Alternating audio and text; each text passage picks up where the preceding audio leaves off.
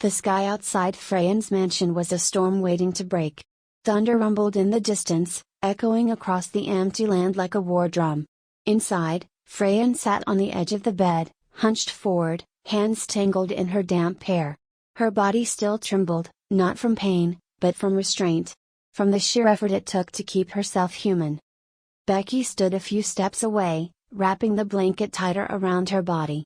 Her eyes traced Freen's tense back, the way her shoulder blades shifted with each breath.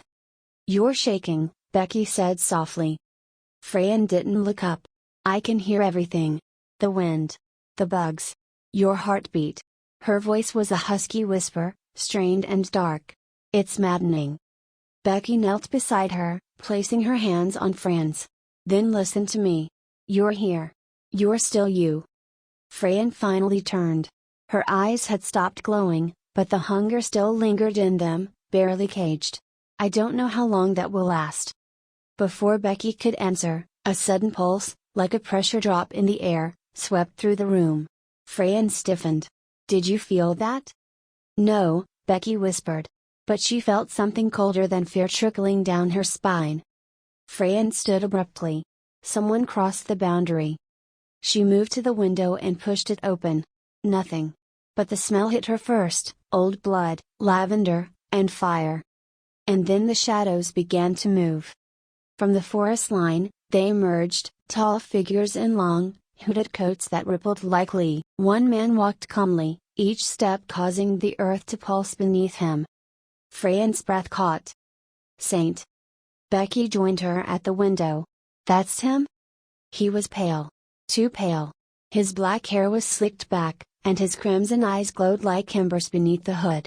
There was something impossibly ancient in the way he moved, graceful, quiet, deadly. Like the world adjusted to him, not the other way around. Saint looked directly up at the mansion. And smiled. "Get dressed," Freen said to Becky, voice tight. "He's not here to talk." Becky didn't move. "What if he came for you?" Freen's jaw clenched. "Then he'll leave in pieces." Freen descended the grand staircase like a storm in motion, each step a silent threat, her eyes glowing faintly in the dim hallway. Becky followed, now fully dressed, her heart pounding in her chest. The house was deathly quiet. Too quiet. Then. Boom. The front doors shattered inward like paper, splinters flying.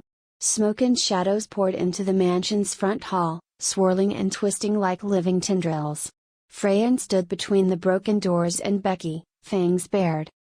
From the mist, Saint emerged. Not hurried. Not armed. Just confident, like a king returning to his throne. "You've grown, Freen," he said smoothly, eyes raking over her new form. "No longer just my little experiment. You've become something special." Freen didn't flinch. "You're not welcome here." Saint chuckled. "Oh, I never needed an invitation. Not from you." He stepped closer, and the shadows behind him shifted into vague humanoid shapes, ghastly things with twisted limbs and black mouths. But they stayed back. They knew who they were dealing with. Freen moved fast, faster than she ever had before. One second she stood firm, the next she had Saint pinned to the wall, a clawed hand at his throat. Becky gasped. But Saint didn't resist. He smiled wider. "There she is," he whispered, eyes shining. "That rage. That strength. That bloodline." Freen snarled, confused. "What are you talking about?" Saint leaned close, his voice a soft poison. "Did you really think your pal?" "No, Freen. You were always meant for this. You're my heir." Silence slammed between them. Becky took a step forward. "What the hell does that mean?"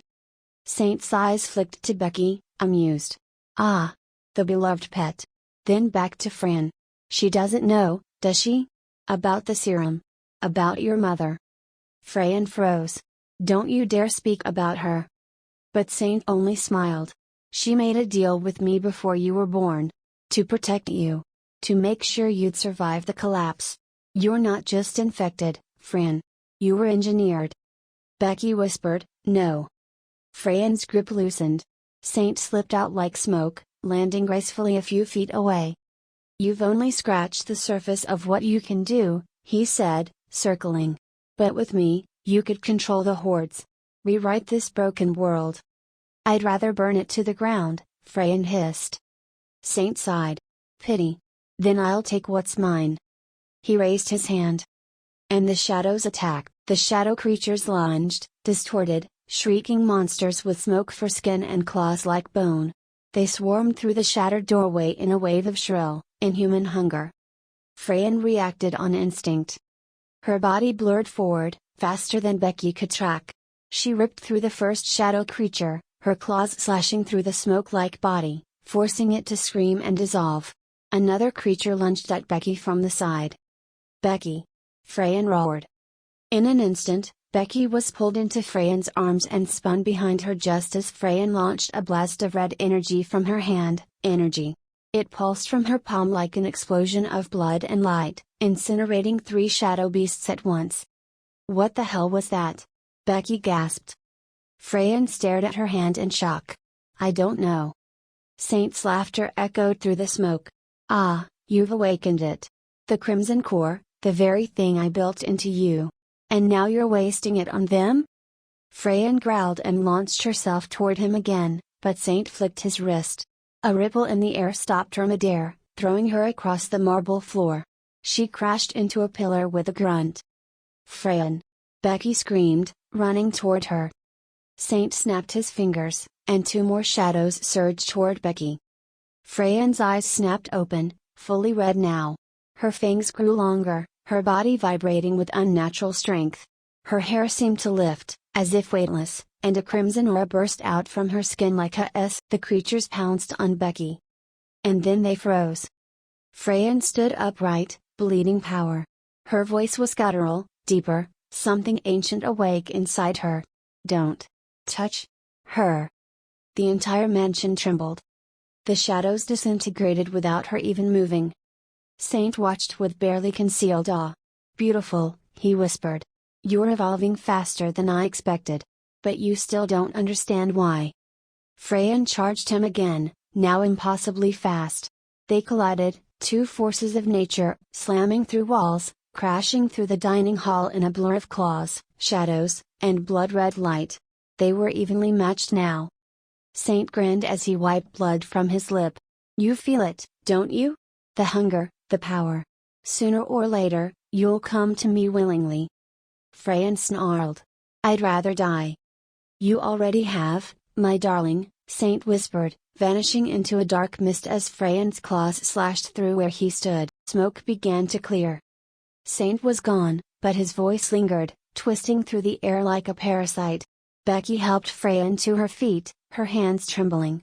Freen's body was scorched, her shirt torn and soaked in blood, but she stood tall, the crimson aura still flickering around her like a second skin. Are you okay? Becky asked. Freen didn't answer. Her eyes were still glowing. Freen, Becky whispered again, placing her hand on her chest. Come back to me. The glow faded. Freen blinked, her shoulders falling. I'm here, she rasped. But before Becky could breathe, a sudden pulse cut through the air again, and Saint's voice returned, not from outside, but from within the walls. I left you a gift, my sweet. In the East Wing. Something to help you understand what you truly are. Freen tensed. Becky's grip on her hand tightened. What is he talking about? She asked. Freen shook her head. I don't know. But I'm not letting you near anything he touched. But Becky was already moving. Becky, wait. The East Wing was dust-covered and silent. Furniture draped in old cloth, mirrors cracked, paint peeling. They reached the door at the end of the hall. Freen hesitated. Don't. But Becky opened it. Inside was a dark chamber filled with glowing red glyphs on the floor and a giant tube at the center, like a science experiment. Inside floated something. Someone. A woman. Eyes closed. Wires and blood-filled tubes attached to her L. Freen stepped forward, stunned. Her knees buckled. Mom. Saint's voice returned. Yes, Freen. Your mother lives, barely. She made a deal with me to save your life. Gave herself to science. To create the hybrid you are now. You were born from her sacrifice, from my virus, from my design. Becky's face paled. Freen dropped to her knees. No. No, no, she died. She was gone. This can't. Oh, she's alive, Saint whispered. And if you want to save her, come with me. Surrender. Become what you were meant to be. Becky stepped back, heart slamming in her chest. And Saint delivered the final blow. If she doesn't, I'll kill the girl instead. The one who's already started to matter too much.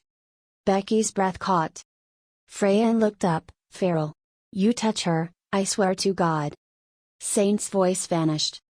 But the room remained. The truth remained. And now, the choice lay between power and freedom, or Becky and blood. The silence in the chamber was unbearable.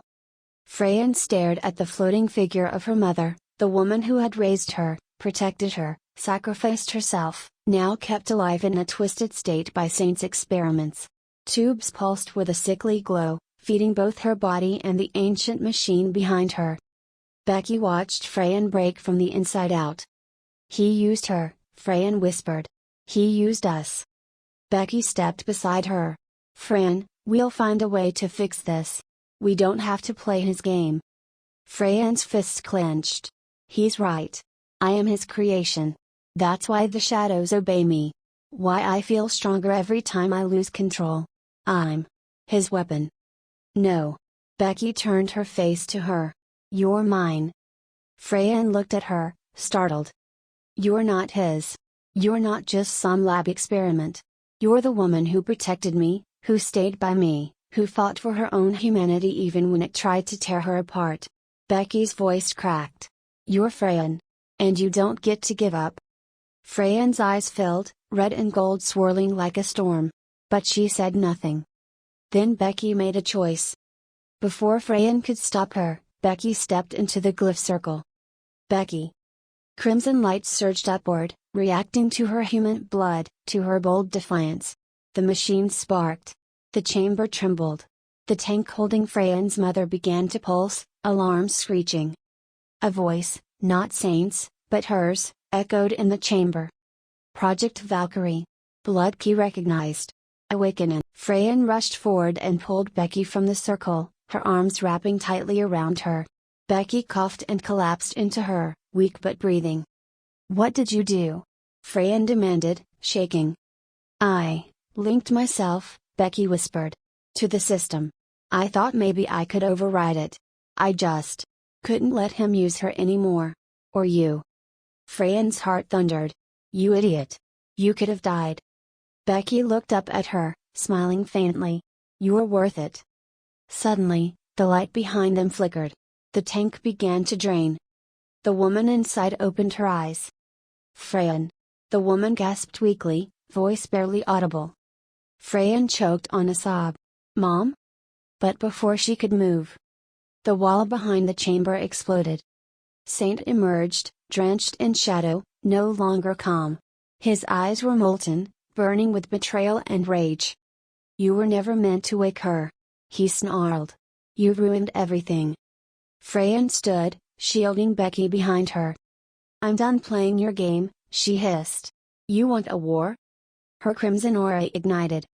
Then you've got one. Saint raised his hands. The mansion cracked around them. And chapter 12 ended not with closure, but with the start of a reckoning.